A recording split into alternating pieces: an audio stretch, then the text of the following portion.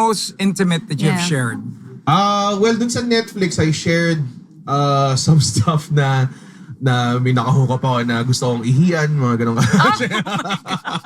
Gusto kang ihian. Yeah, and then sabi ko parang kung paano ako nakawala doon, mga ganung klase. Damn. Ayaw mo ba? Ayoko eh. That's I'm very open-minded. I don't shame. Ano yung trip niya? Why do girls like to pee on guys? No, that's I don't some R. understand. Kelly shit, man. I don't Peeing know. on people. R. Meron Kelly's naman. so last I year. guess We're so, P. yeah. Diddy now, you know? It's the remix to Ignition. Yeah, talaga.